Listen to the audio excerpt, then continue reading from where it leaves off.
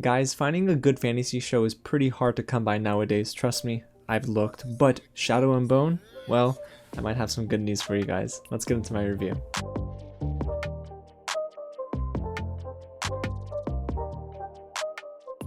What's going on, you guys? James here with another real review, and today we're diving right into Shadow and Bone, the latest fantasy series on Netflix. It drops April 23rd, but Netflix gave me the chance to watch every single episode for a review, and yes, this is spoiler free, so a huge thank you to the team over at Netflix. It's created by Heisserer and is based on the novel by Leigh Bardugo. Now, this is the first book in the Grisha trilogy, and it might sound like I know what I'm talking about, but I have not read any of the novels. But I have some good news. It is still accessible for audiences that have not dove into the books. They still explain everything, which is great, and I'm going to go ahead and dive into the story just a little bit without spoiling anything, of course, so we can set the stage a little bit. Shadow and Bone surrounds the story of Alina Starkov, an expert cartographer, before she realizes that she has an extraordinary power that can change the world. Now she must fight back against magical forces that wish to plague the world in darkness. Literally, in darkness. I'm not even kidding. There's this thing called the Fold, and we'll talk about it in a little bit. It's like the Great Wall of just dark clouds with these things called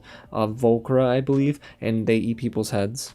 I'm not even joking. Now guys, before we get into my spoiler-free review, if it is your first time here at the channel, welcome to Real James, where I talk about TV and movies like this all the time, so if you don't want to miss out, go ahead and hit the big red button below, subscribe to the channel, and tap on that bell. Also, smash that thumbs up button if you're a fan of fantasy series just like I am, and if you haven't already, get loud in the comments and let me know, guys, what you thought of Shadow and Bone when you see it. Did it disappoint you? Did it get up to your expectations or even exceed your expectations? I'll let you know if it did for me, but boy, I'm so excited to get into this season. Now, it is 8 episodes, so it's not a huge investment of your time, but each episode is close to that hour mark, so it is going to be something that you should dedicate at least a weekend to, and trust me, once you get past the first 2 episodes, it is just on cruise control from that point forward. The pacing is so good in this show. But let's get into the first thing that Shadow and Bone does very well, which is world building. I fell in love with how they crafted each location. It all felt very unique, and when it came to the characters themselves, I was a fan of how I even grew to love them. This show took its time. In a lot of fantasy movies and series, the best ones usually are grounded, and they get you to love the characters little by little, giving you their background and letting you explore the mythos of this world that they're playing in. And I thought it was so fun and well executed, and there is this high fantasy vibe. So again, if you're not a fan of fantasy shows or movies, this might not be your cup of tea, but if you're looking to scratch that itch just like I was, trust me, I think Shadow and Bone might do that for you. And like I said before, I didn't read the novels at all, but I do understand that it has quite the following, and I am hoping that some of these grand set pieces really make fans of the books happy, just like they made me happy. I mean, there were some moments where I was totally captivated, where I forgot about the things going on around me, and for an hour I was just locked in to this world that Shadow and Bone was crafting. And this mystical world would be nothing without magic, and man, do I love the concept for magic in this show. Grisha are a people that harness abilities, certain magical abilities, whether they play with wind, the squallers, or maybe literally play with your heartbeat, heart renderers, or you can summon boomerangs made of dark clouds to chop people's heads off.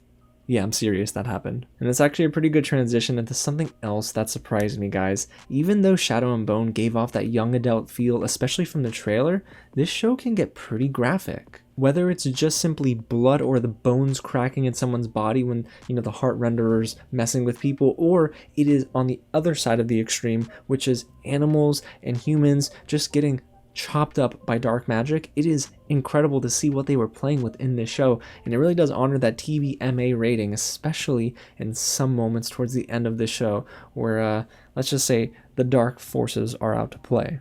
Now, if you're wondering, oh boy, is this too grotesque? It's not. I still think it'll be accessible for fans of TV shows that don't necessarily get into the more graphic nature of things. There are some moments that will startle you, I'm sure, but otherwise it is still a very, I would say, fun, floaty kind of show where things aren't really taken too seriously, even though I feel like our characters are grounded. And speaking of our characters, guys, we gotta get right into the acting, because overall in this show, it's pretty solid, but there are some clear standouts. After about 2 episodes, guys, I won't lie to you, I was almost afraid I would dread every single scene with this character named Kaz, who's played by Freddy Carter. He's a gambler, an outlaw, and he doesn't play by a set of rules, but I ended up loving this performance and this character. There's a lot of nuance to the role that Freddy Carter brings, especially in the fact that he is an anti-hero, but he still has a set of values that he goes by, and he has a human bone in his body and is very loyal to his best friends, Inej and Jesper. Both of them are played by Amita Suman and Kit Young, but we gotta start with Inej because she is actually my favorite character in season 1. Not only is her costume design dope, but she's a knife-wielding silent assassin who is surprisingly not an antagonist, because at first I thought she would be,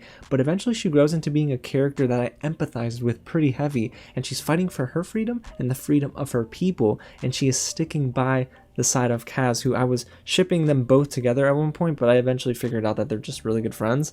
But man, this series is so much better because of Inej, and I absolutely would love to see a spin-off with her, honestly. And that leaves me with Jesper, who is a cool character, but it's Kit Young who helps separate this character from being just another run-of-the-mill jokester with marksman abilities. Yeah, Kit Young looks cool twirling his revolvers or his handguns, but man, I think it's this character that brings the comedic relief when the show so desperately needs that break in between the more serious, dramatic moments. And hey, Kit Young has good comedic timing, so it never felt forced with me. Everything he did in this show had purpose, especially towards the end, and there are going to be some cool solo moments with him that just work. If anything, the best moments in the show, guys, revolve around Kaz and his crew. There's even this heist montage that just blew me away. I was so in love with that. So yeah, they all stole the show, but there are still some standouts we gotta talk about. Our lead actress here, Jessie Miley, who you've seen on all the posters and in the trailers, she plays Alina Starkov, the mysterious cartographer who discovers she has the power of light, which does have the ability to destroy the fold. Now, I won't tell you if that happens or not, but man, I do love the fact that she can command the screen. But it's the script that I have a gripe with, because they give her dialogue, especially towards the middle of the season, that is a little one-dimensional, and I don't like the fact that they sideline her character. Even though I understand they need to show love to everybody, she's the central figure in this show, and I almost feel like they underdeveloped her character as the series went on. But still, I'm so excited to see what she does next, because her chemistry with her co-stars was unmatched throughout this season, especially with Ben Barnes, who plays General Kirigan. Now guys, I'm not gonna lie to y'all, I've not seen Jessie Miley in anything and Ben Barnes in anything before Shadow and Bone, but let me tell y'all, Ben Barnes can act. Ben Barnes delivers such a strong performance here, and is it campy? Sometimes, but boy, I love his commitment to the role. He does such a good job at just embracing the character of General Kirigan, or Alexander as you come to know him, and gosh, there's so many layers and there are things I want to say, but I can't because it's spoiler free.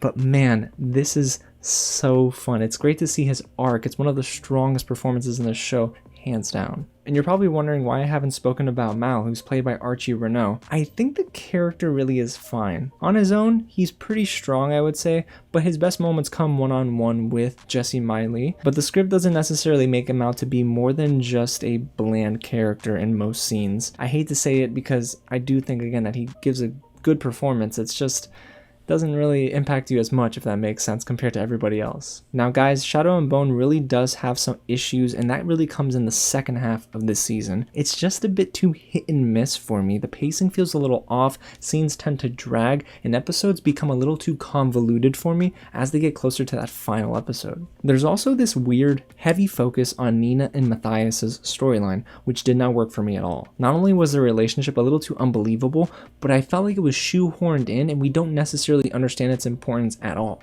Like throughout the entire season, you can draw conclusions, I guess, as to what might happen in season 2, but to be honest, I felt like both of those characters probably could have been saved for season 2, or just maybe throw them in earlier in the season, but they took away so much screen time towards the end, and it really just distracted from the overall plot. And when it comes to the technical side of things, I wasn't really a fan of the constant cutbacks to previous events either, or even mentions of moments that happened literally in the previous episode. Our characters act like it was so long ago, and then they get into this weird moment where they just say, remember when this happened, in a sense, but I don't like that in shows, especially in 8-episode seasons, because hey, treat your audience like they're educated, that they'll remember the big and little moments. In this show, sometimes, well, babies its viewer, and I didn't like that at all. And that feeling of episodes dragging along honestly has to do with way too many moments where things were just being stuffed into one episode. You have Kaz and his crew, Alina and Alexander, Mal and Alina, and then you have to world build for the rest of the show, and it just felt like one too many things were happening,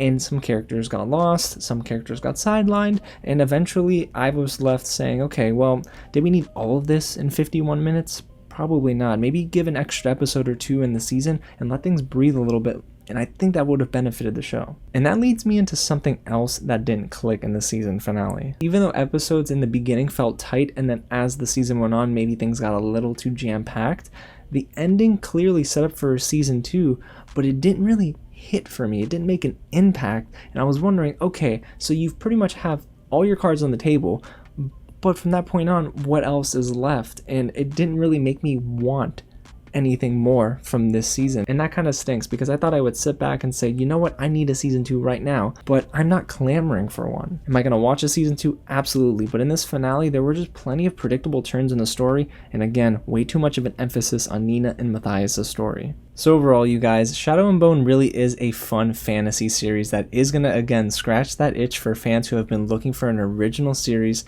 that is going to introduce some awesome characters, great locations, and some fun action set pieces. Like I mentioned, Inej, my favorite character, is more of a minor supporting character in the grand scheme of things, but that's what this show does well. They write these characters in a way where someone is going to have a favorite, and then another person will say, well, they're great, but this is my favorite. So there are multiple characters that hold such an emphasis on this story, and it comes thanks to that great storytelling in the beginning of the season. Even though in the second half it's a little rocky, and yeah, there are more hit and miss moments, it doesn't take away from the fun I had in the first 4 episodes. I was a big fan of a lot of the performances in this show, and when you get to that final episode, you start to understand the significance of the time you've spent with certain characters. Even though I didn't love the finale, I still think it did enough for me to say, you know what?